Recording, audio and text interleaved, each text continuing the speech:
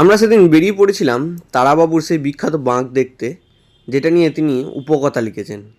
জায়গাটা তারাশঙ্করবাবুর জন্মস্থান লাভপুর থেকে একদমই কাছে, একটু ভিতরের দিকে।